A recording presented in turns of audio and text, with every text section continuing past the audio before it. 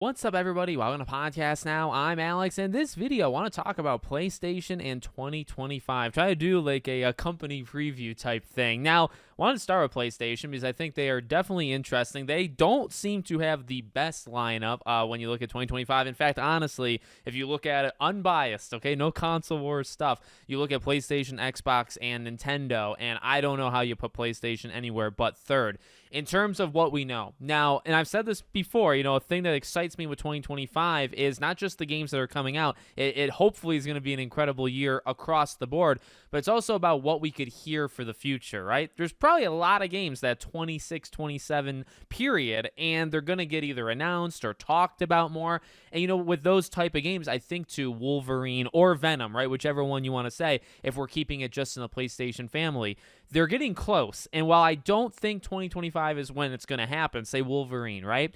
You've got to see Wolverine in 2025. So although it's not coming out, you still see it. That doesn't make the year. It's, again, I think PlayStation's probably going to have a weaker year, but you're probably going to hear about some things. So that's kind of where I want to start, right? Wolverine, I think, is a good candidate. And then can we, for the love of God, just get a couple of the groupings? Now, we did get a Naughty Dog thing, right? We did get Intergalactic, but when it comes to Cory Barlog's game, when it comes to Ben's game, right? They've been working on stuff since Days Gone, and that's years and years and years ago. They've been working on stuff we don't know, okay? And then also Blue Point. Those are kind of my main three. Honestly, you can throw in Housemarque. You could probably keep going, but even Housemarque, with Returnal, 2021? I mean, this is going to be 4 years since Returnal, so the thing that I think is exciting with PlayStation, and again, it's not necessarily the best situation or best scenario, but the thing that's exciting is that they are the clock is approaching for almost all of their studios. You're eventually going to start to repeat even with things like the God of War team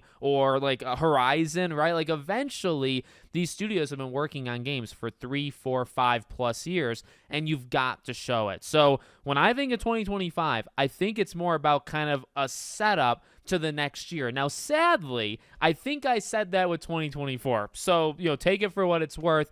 We've kind of been in this situation before. Now, with 2024, you had a surprise in Astrobot, and those are important to remember. What we know right now is not the whole thing, right? 2025, I do think we'll have surprises, not just from PlayStation, but I think across the board, right? We know a lot of games that are coming out, but I think there's a good handful, maybe even 2 handfuls, 5 to 10 games that we don't know about yet that might get announced in January, might get announced in June, at the Summer Game Fest type era, and come out the second half of the year. That's important. And a game like Astrobot is a good example. Honestly, like it or don't like it, a Lego Horizon's a good example, right? PlayStation, now it's PlayStation and the Switch, right? But those are just kind of those mid-year games, right, that get announced. And hey, if this is the year of a return to, say, a Sly Cooper, or if they're doing some of these older IPs, maybe they do, maybe they don't. But those are, I think, really good candidates to get announced in the middle of the year. Does that make sense? So that's kind of what I'm thinking. I am hoping for a handful. I listed off 4 or 5.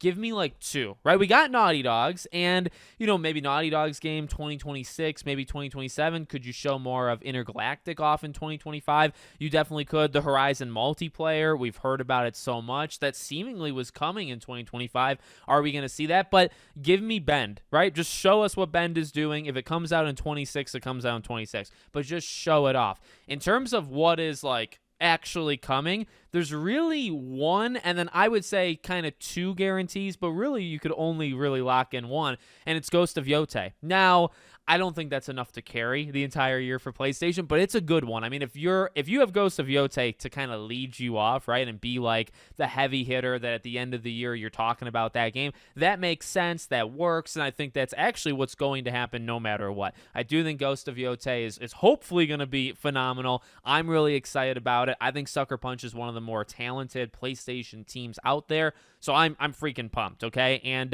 that, again, that's a good leader of the pack. And to have that as your number one, it's almost like a tandem, like in a sports, right? To have that as your number one, and then if Death Stranding 2, now that one is one that's not really confirmed. It could absolutely not come out in 25, and I wouldn't be too surprised. I am kind of going into the year expecting it to release, so maybe I'm setting myself up for failure there, but I think it's going to come out. I think it's going to be their fall game. I think right now you have a pretty okay 1-2 punch with Ghost of Yotei in the summer, maybe like a July, August, and then Death Stranding in like October, November, which, Ghost of Tsushima was July, and Death Stranding, I think, was November in their original 2019-2020 year. So I think that lines up. You have to watch like Grand Theft Auto. Like, you got to be careful with that, but I do think that's a pretty okay, and in fact, I would say pretty good 1-2 punch.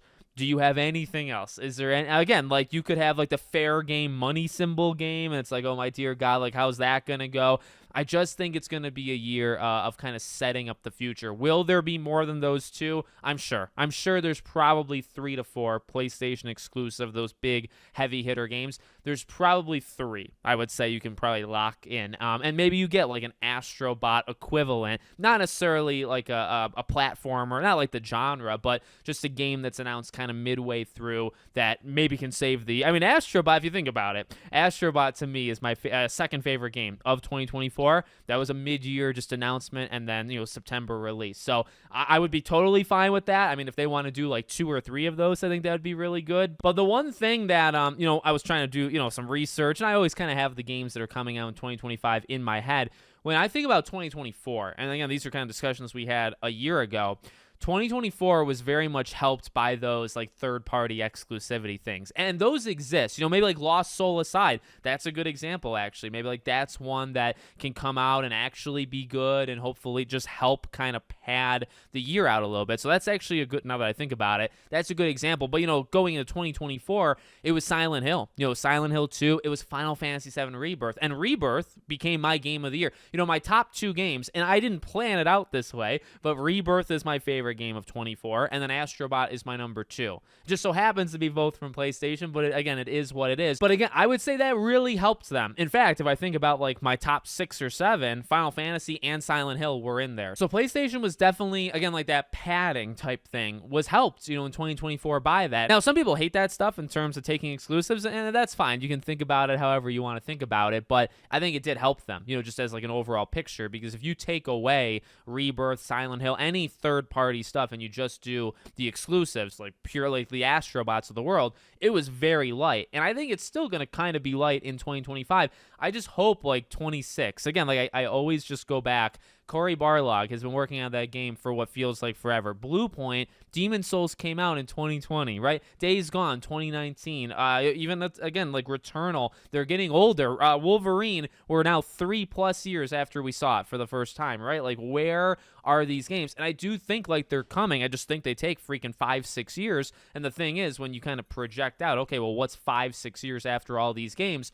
It's 2026, it's 2027, and I think a couple of them are going to overlap, which is good. It's just that when you don't have too many of them, like Xbox, you're getting like 4 or 5 games potentially big that are coming out in 2025. You just don't have that with PlayStation right now. So, again, I do think it's going to be a weaker year, but ultimately, this is the good part of not being a console fanboy. I play games where they come out. I'm excited for PlayStation exclusives. I'm excited for Xbox exclusives. I'm excited for games that aren't exclusive at all. So, I think that really helps, by the way, in case you're kind of upset that PlayStation's not going to have a good year, or you think they're not going to have a good year. Maybe they do, maybe they don't, but it's a good reason to not just rely on one company, because when you potentially have a down year, and maybe you had a down year in 2024, depending on how people think about it, it's good to not be reliant on just one.